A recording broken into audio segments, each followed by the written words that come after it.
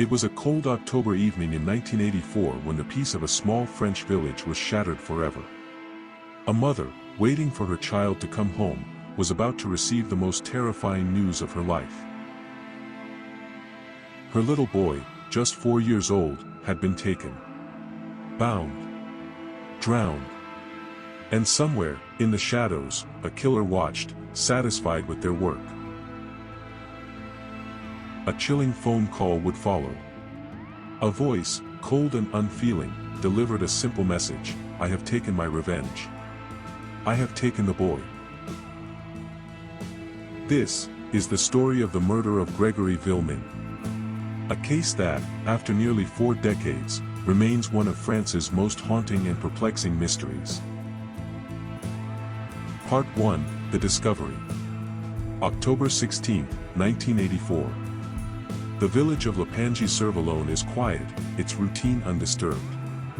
But for Christine Villemin, the mother of little Gregory, something feels off. It is past 5 p.m. He should be home. But he isn't. Panic sets in. She searches the neighborhood, calls for him, checks with neighbors. Nothing. Then, at 9 p.m., a nightmare unfolds. Police find a small body in the frigid waters of the Vologne River. Gregory. His hands and feet tied with rope. A small, innocent life extinguished in a brutal, senseless act. But this was no random killing.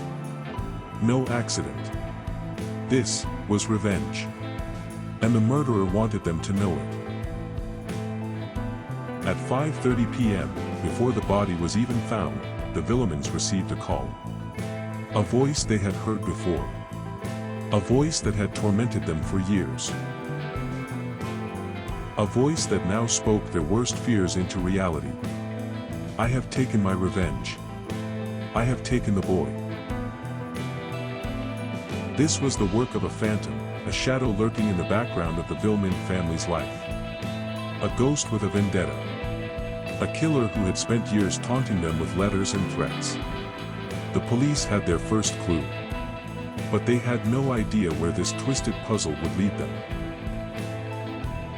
Part 2, The Police Investigation. With the body recovered, investigators moved quickly. The first major task, identifying the exact time of death. The coroner determined that Gregory had died sometime between 5 p.m. and 6 p.m. This window was crucial. Because it meant that whoever killed Gregory had acted fast, abducting him, restraining him, and driving him to the river within an hour. Investigators began reconstructing Gregory's final movements. The last confirmed sighting was around 5 p.m. when he played outside his home. Then, he vanished. The first and most obvious suspects were those closest to the family. Jean-Marie Villemin, Gregory's father, was at work. His alibi was airtight. Christine Villemin, his mother, was home preparing a snack for her son. No one reported seeing her leave the house. The police turned to their next lead, the phone call. Who was the person who had called the Villemins before the body was found? The anonymous letter writer, the so-called Raven, had been sending threats for 4 years. Now, it seemed they had made good on their threats. But was the caller the killer? Or just an accomplice? Part 3, The Suspects and Their Alibis. Suspicion fell on the Villemin family itself. This was not a crime of opportunity. It was personal. The letters had spoken of revenge. But revenge for what? Police focused on Bernard Laroche, a distant cousin of Jean-Marie Villemin. He was known to have grievances against Jean-Marie and had allegedly spoken negatively about the Villemins in the past. Then came a break. Muriel Ball, Laroche's 15-year-old sister-in-law, made a stunning confession. Under pressure, she told police that Laroche had picked her up from school that day, and that Gregory was in the car with him. She described how Laroche had taken the boy and driven off. With this testimony, LaRoche was arrested. But his alibi complicated things. Several witnesses confirmed that LaRoche was at his home at 5:30 p.m., the same time the Villemins received the phone call. If he was home, how could he have made that call? How could he have thrown Grégory into the river? Then, Muriel Ball recanted her confession, claiming she had been pressured by the police. Without her statement, the case against LaRoche crumbled. He was released. But he would not live to see justice. Jean-Marie Villemin took a shotgun, found LaRoche, and executed him. The investigation was now spiraling into a cycle of vengeance and bloodshed.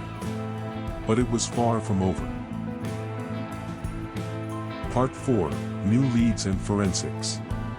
Years later, forensic experts revisited the case. The letters were tested for DNA. The ropes that bound Grégory were analyzed. In 2017, authorities arrested 3 members of the Villemin family, suspecting a family-wide conspiracy to cover up the crime. But again, nothing held. The evidence was circumstantial. The suspects were released. To this day, the murder of Grégory Villemin remains unsolved. Was it LaRoche? Was it someone else in the family? Or is the true killer still out there, watching? Now, I turn the question to you. If you had access to the evidence, the letters, the DNA reports, what would be your first step in solving this case? Let me know in the comments. Who do you think killed Grégory Villemin? And why? Until next time, stay safe. Stay vigilant. And never stop searching for the truth.